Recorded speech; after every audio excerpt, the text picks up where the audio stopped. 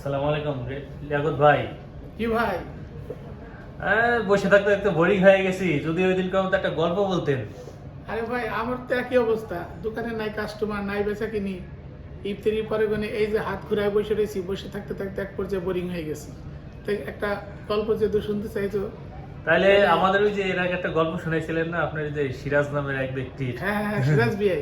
সিরাজ বিআই, right right, ওই গল্পটা যদি আজকে একটু শোনাইতেন। ঠিক আছে ঠিক আছে, খুব মজার গল্প, এটা শোনাই। খুব মজার গল্প, এই জন্যই ওইটা শুনতে চাইলাম। তাহলে একটু শোনাননি।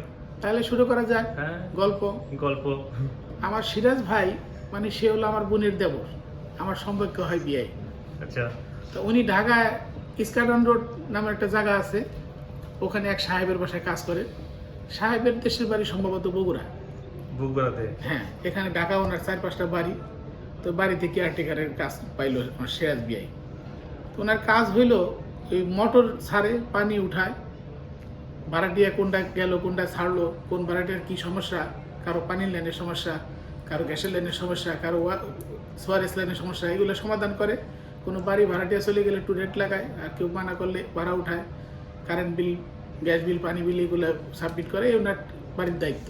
আচ্ছা। তো ঘটনাচক্রে একদিন খুব সকালবেলা বাড়িতে পানির, সাধারণত ঢাকা শহরে কিন্তু সকালে পানি ছাড়ে খুব ভোরে।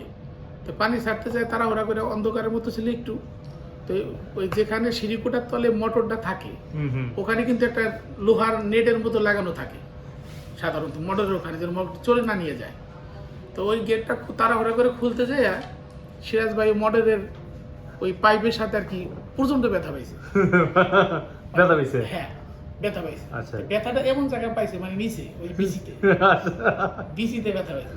বিচিতে ব্যথা পাই, ব্যথাটা পুরকট ছিল, লোহার সাথে বাড়ি বুঝো না, আরো শীতের দিন বিচি গেছে গা বুইলা ব্যথার টলে। এখন উনি কোন রকম কষ্ট মষ্ট করে পানি পুনি ছাড়ছে। এর মধ্যে 9টা-10টা দিক ম্যাডাম নামছে নিচে, নামে দেখি সিরাজ ওই সিঁড়িকোটার একটা ওই কেয়ারটেকার থাকে, চকি পেতে দেয়। দেখেন প্রায় বাড়ি এলার বাড়িতে কিন্তু চকি আছে, ছোট একটা রুমের মধ্যে চকি থাকে। তো চকিতে শুয়ে কুয়াইতেছে। এখন ম্যাডাম আইছে, সিরিয়াস, তুমি কুকাইতেছো কেন, আর এই সকালবেলা শুয়েই বার হইছো কেন, বগুড়ার ভাষায় বলতেছে। সিরিয়াস, তুমি সকালবেলা শুয়ে রয়েছো, কত বাড়ির কাজ করে রয়েছে, আর তুমি ব্যথাই এরকম চাদর মধ্যে শুয়ে রয়েছে কেন? ম্যাডাম সেটা বলা যাবে না, গোপনীয় বিষয়। না, বলো দেখি কি হয়েছে তোমার। ম্যাডাম আমি ব্যথা পাইছি। তো কোটি ব্যথা পাইছো, সেটা বললেই তো হয়, কোটি পাইছো। না ম্যাডাম সেটা বলা যাবে না, আপনি মেয়ে মানুষ, লজ্জা পাবেন। না, তুমি বলো, তুমি আমার ছেলের মতো, তুমি কোটি ব্যথা পাইলে আমাকে একটু বলো। ম্যাডাম এমন আমি মোটর খুলতে গেছিলাম, তাড়াহুড়ো করে একটু অন্ধকারের মধ্যে ছিল, তো মোটরের যে খারা যেটাতে পানি ওঠে পাইপ, লম্বা লোহাটা, ওটা আঘাত পাইছি। তো কোটি আঘাত পাইছো? না ম্যাডাম শরম করে বলবো না, প্রচন্ড ব্যথা, আমি ব্যথা জ্বালা জ্বর এসে করছি। তাই একটু বলো না রে বাবা, নয় তুমি সারবে কিভাবে ব্যথা, ওষুধ এনে দেবো, সারকে বলবো নি, সাহেবকে বলবো ওষুধ এনে দিতে, বলো কুটি ব্যথা পাইছো। পরে বললো যে ম্যাডাম আমি বিচিতে আমার অন্ডকোষে ব্যথা পাইছি। তা আপনি স্যারের কাছে তো আমি লজ্জায় কই দিতে পারবেন না, আপনি বিষয়টা স্যারের একটু বুঝাই কইেন, এবং অন্য একটা কেয়ারটেকারটা জেনে আজকে পানি পুনি ছাড়া আমি একটু ব্যথাটা কমলে আবার কাজ করবো। তাই ম্যাডামরা সুন্দর করে বুঝাই দিয়া সিরাজ ওই দিয়ে শুয়ে দিয়েছে।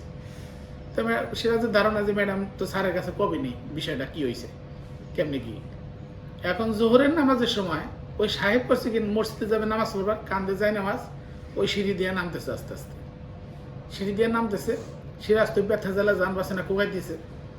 সাহেব দেখো কেমন হারামজাদা, ও শুনছে বোর কাছে, সাহেবের ম্যাডামে কিন্তু বলছে সিরাজের এই ঘটনা হয়েছে, এই ব্যথা পাইছে, কিন্তু তারপরও রিপিট করার জন্য নামে আর বলে, রে সিরিয়াস, এ ব্যথা পাইছে কোটি,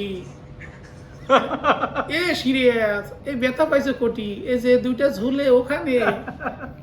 এখন তো সিরিয়াস করে হালাত দেখছো তামসা, আমি পাইছি ব্যথা, ম্যাডামটা কয়ে দিলাম যেন স্যারের কাছে বুঝে বলে, স্যারে আমার শরম না দেয়, এই শালের নামে আর আমার সিদ্ধান্ত যার কয় সিরিয়াস, এই ব্যথা পাইছে কোটি, এই যে দুইটা ঝুলে ওখানে। এই হলো ভাই গল্প। বিয়ে করে আমার কাছে কয় আর আসে, ভাই দেখেন মানুষ, গরিব মানুষ, আমরা কষ্ট পাইলে ব্যথা পাইলে আমাদের তো ব্যথা বোঝার মতো কেউ নাই। হ্যাঁ,